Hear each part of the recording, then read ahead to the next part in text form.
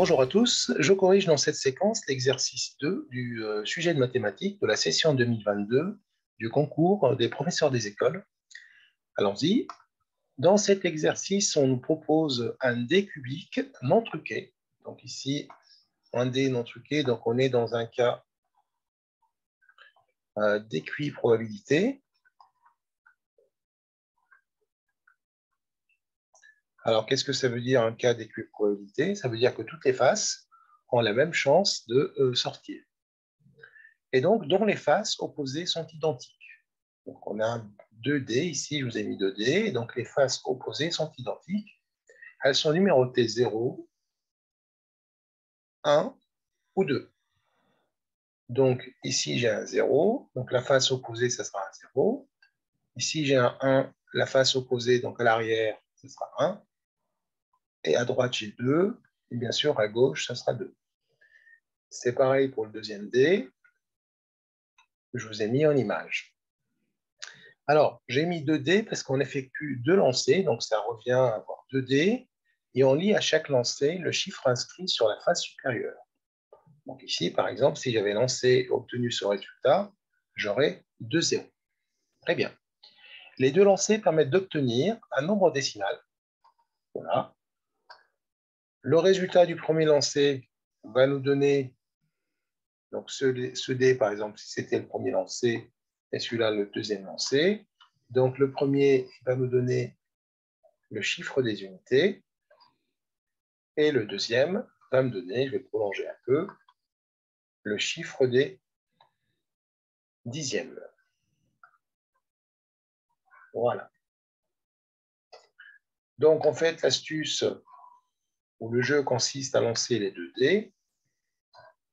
La lecture du premier dé me donne le chiffre des unités de mon nombre, et le deuxième me donne le chiffre des dixièmes. Très bien.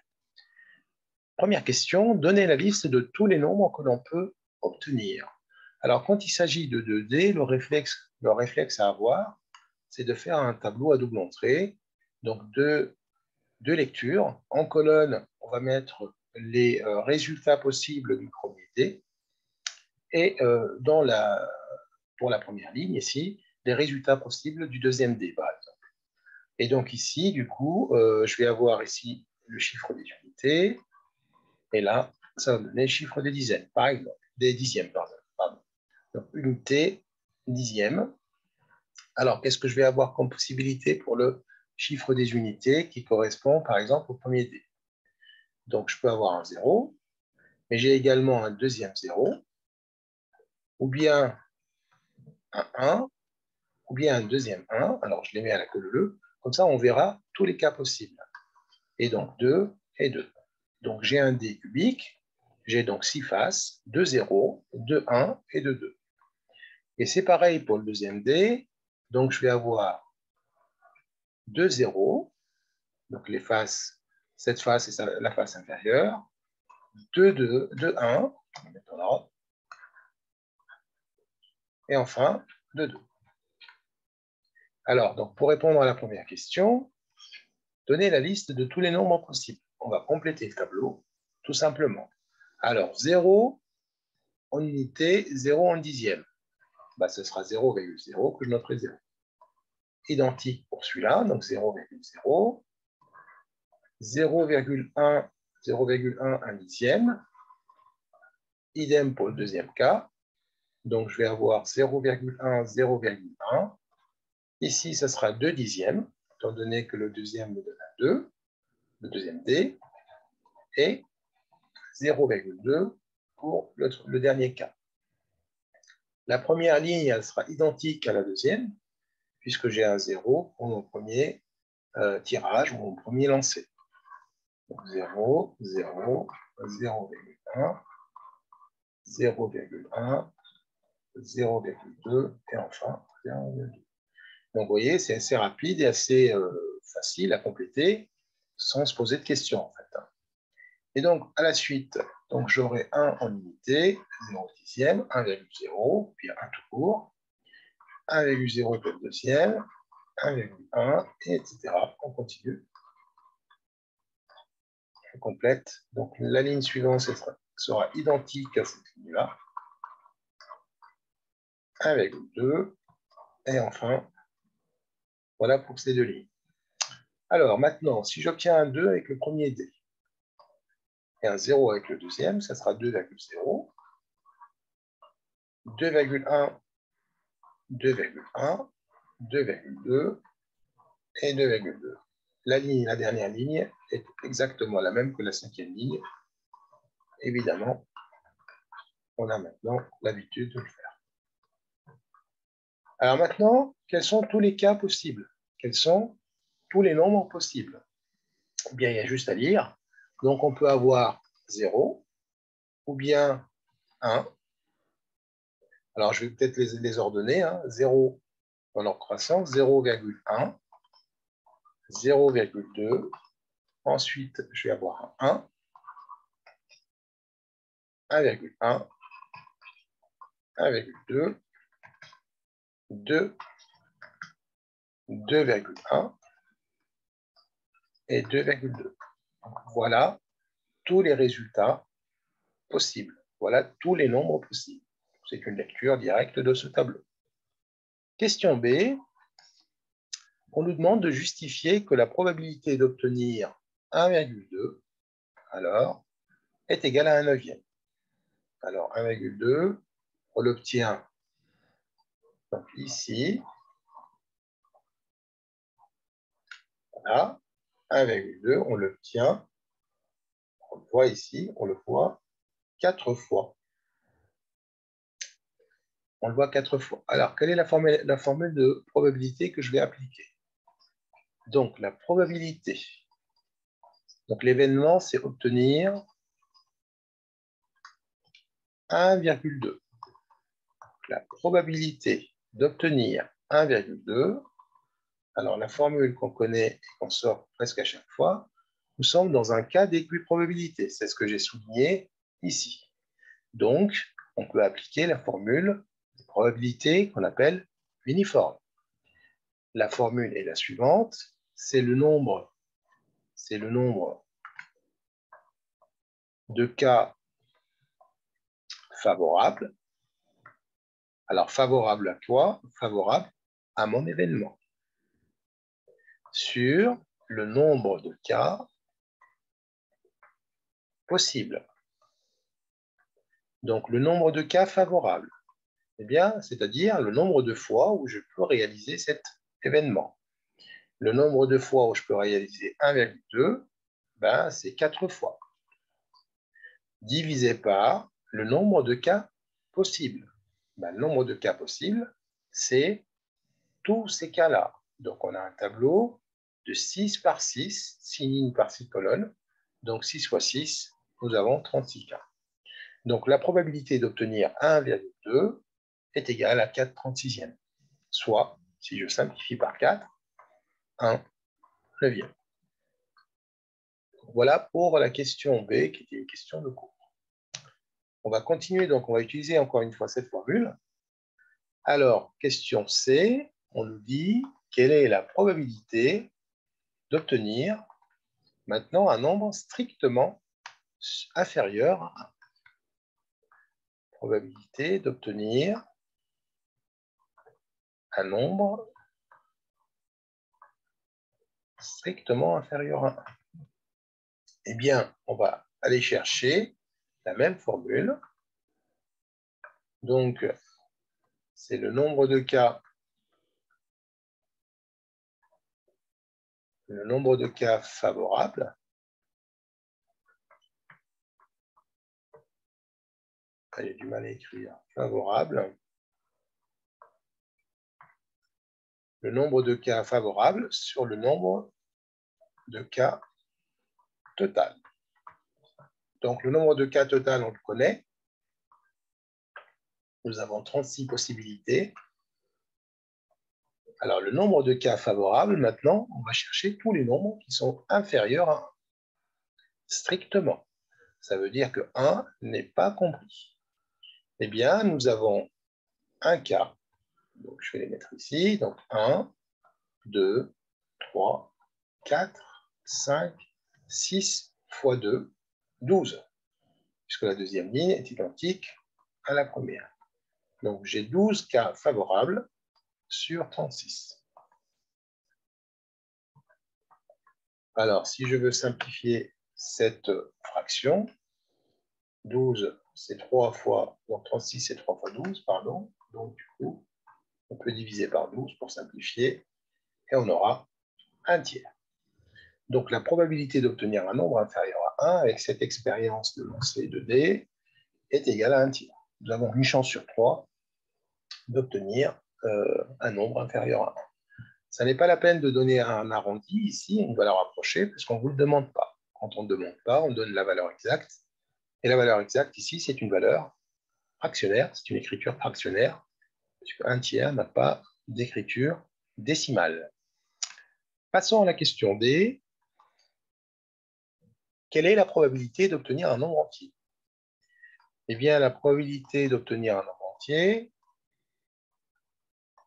alors un nombre entier, donc pareil, même formule, je ne vais pas l'écrire parce que vous avez compris. Alors, quels sont tous les cas où on a un nombre entier? Je vais le mettre en noir. Alors, entier, donc on a 0, 0. Donc, tout ça, c'est des nombres décimaux. Il n'y a rien. Donc, on peut avoir que ces deux colonnes. Donc, ils sont identiques. 0, 0, 1, 1, 2, 2. Donc, 6K fois 2, ça nous fait 12. Donc, j'ai 12 cas favorables sur 36 cas. Donc, j'obtiens 12 fois, donc 12 entiers sur, j'ai la possibilité d'obtenir 12 entiers sur 36 cas possibles. Et donc, pareil, je vais la simplifier par 12 et j'obtiens un tiers. J'ai une chance sur 3, une probabilité égale à un tiers pour obtenir un nombre entier.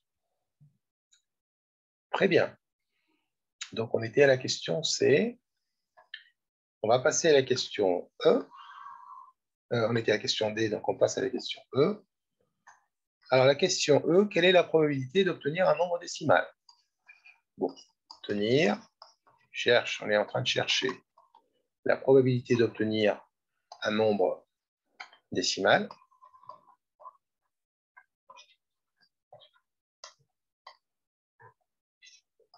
Alors ici, c'est un peu ambigu, puisque un nombre décimal, un entier, c'est un nombre décimal.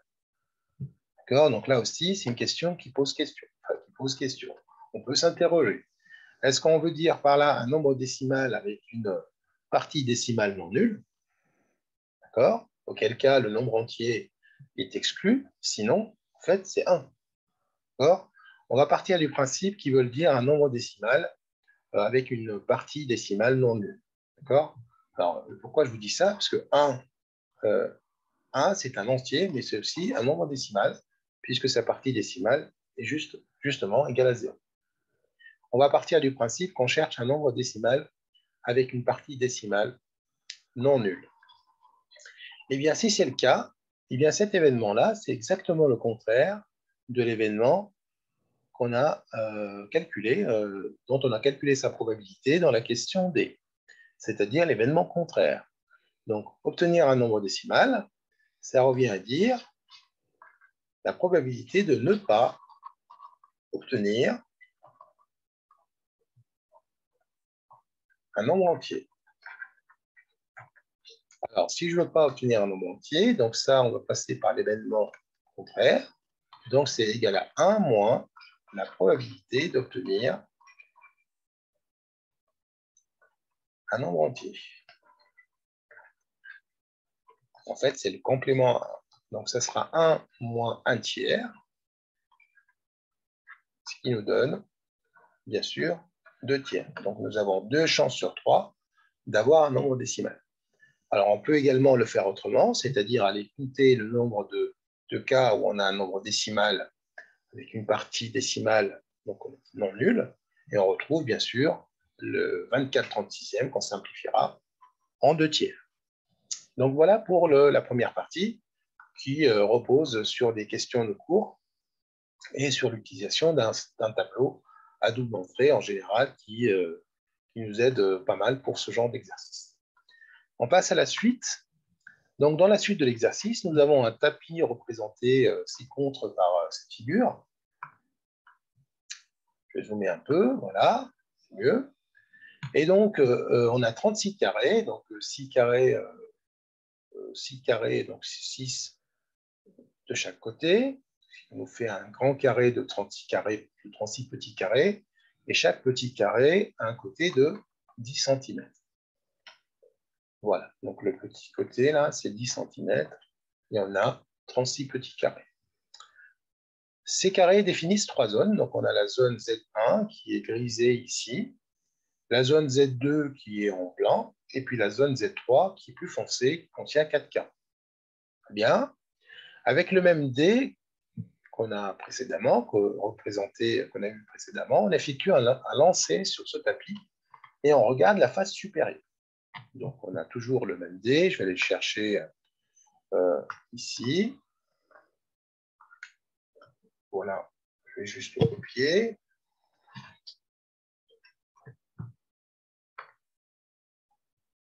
Et voici notre dé.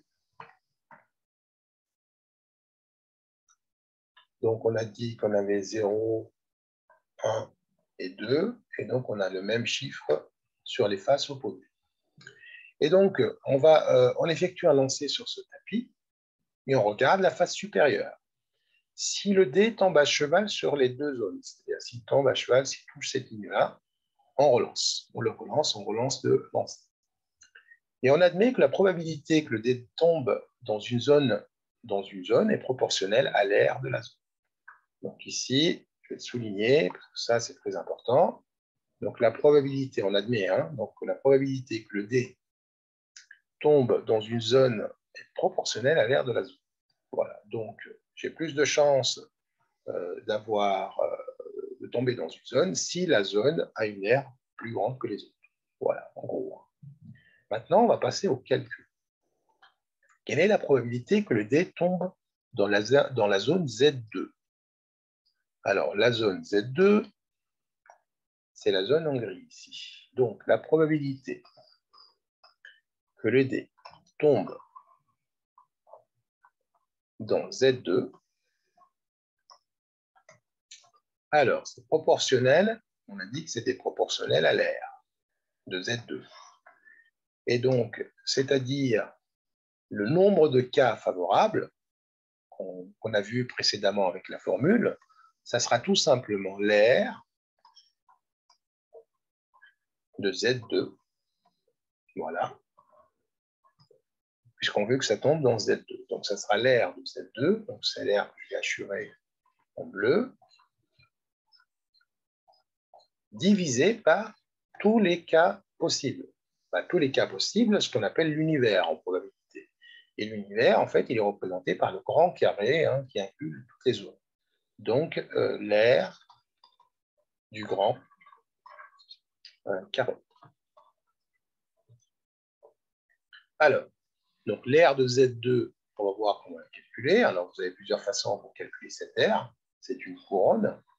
Alors, on peut, par exemple, trouver l'aire de cette couronne-là, Z2, pardon, en prenant l'aire du moyen carré, du carré moyen blanc, là, moins le petit. C'est ce que je vais faire. Vous pouvez également compter les carreaux. Et chaque carreau a une aire de 10 fois 10, 100 cm². Donc, tout est possible. Alors, le moyen carré, il a une aire de 40 fois 40. Et je soustrais le petit carré, qui lui, 2 par 2, donc 20 par 20. Donc, 20 fois 20. Et le grand, on est d'accord qu'il y en a 6 par 6, donc 60 par 60, puisqu'on est en train de calculer l'aire d'un carré, côté fois côté. Alors, 40 fois 40, ça va me donner 16. Et je rajoute le 0, 1600, moins 400. 6 fois 6, c'est 36. 0, 0. Donc, j'ai 1200 sur 3600. On simplifie, 12 36e, on l'a déjà vu, c'est tout simplement un tiers. Donc, la probabilité que le dé tombe dans la couronne de la zone Z2 est égale à un tiers. Donc, on a juste appliqué la formule des probabilités totales, le nombre de cas favorables, ici, donc ça sera l'aire de Z2, sur le nombre de cas total, c'est-à-dire l'aire la somme des trois, donc c'est l'aire du grand cas. Très bien.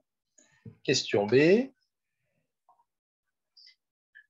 Alors, quelle est la probabilité que le dé tombe en zone Z2, eh bien, et donne le nombre 1. Donc ici, vous avez un P. Donc vous avez une intersection de deux événements. Alors, les deux événements sont indépendants. On est d'accord que le résultat du dé n'a rien à voir avec la zone sur laquelle tombe le dé. Et donc, ces deux événements sont indépendants. Et donc, on sait, d'après le cours, quand on a deux événements indépendants, si A et B sont deux événements indépendants, donc ça, il faut le mettre sur une copie. Hein. Donc, il faut dire que les deux événements, de quel événement je parle? L'événement tomber dans la zone Z2 et obtenir 1 sont deux événements indépendants. Ici, je les appelle A et B. Donc, la probabilité de A inter B, alors pourquoi inter? Le est ici veut dire intersection des deux événements. Le premier événement inter le deuxième. Si je veux réaliser les deux, je réalise l'intersection. Donc P de A inter B. Donc P de A inter B, c'est tout simplement P de A fois P de B. Très bien.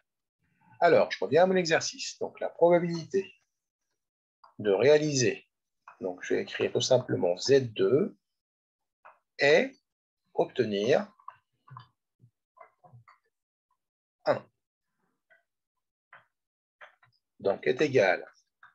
Donc je réalise, je tombe dans la zone Z2, multiplié par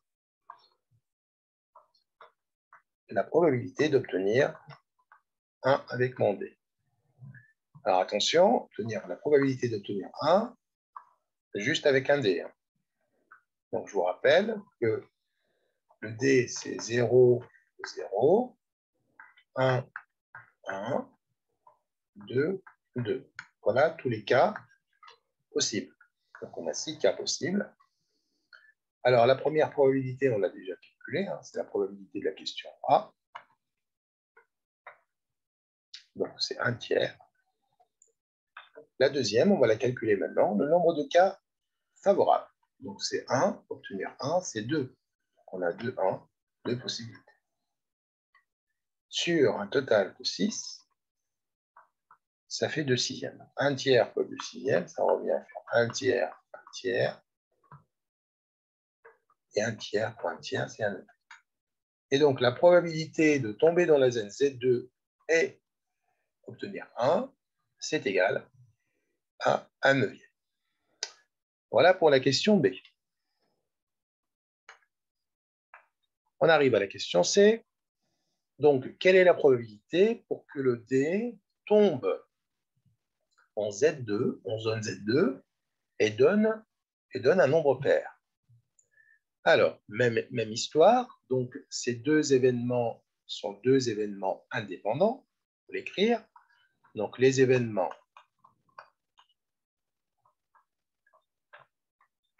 sont indépendants.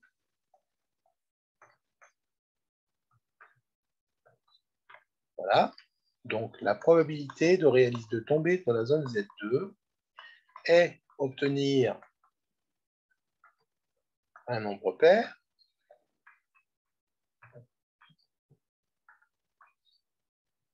est égal au produit des probabilités. Donc, la probabilité de réaliser Z2 multipliée par la probabilité d'obtenir un nombre pair.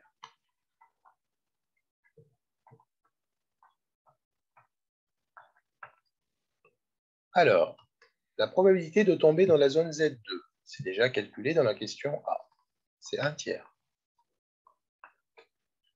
La probabilité d'obtenir un nombre pair. Alors là, il faut faire attention. Alors, qu'est-ce que c'est qu'un nombre pair? 2 est un nombre pair. Un nombre pair, c'est tous les nombres entiers qu'on peut écrire des multiples de 2, 2K. D'accord? Donc ça, c'est un nombre pair.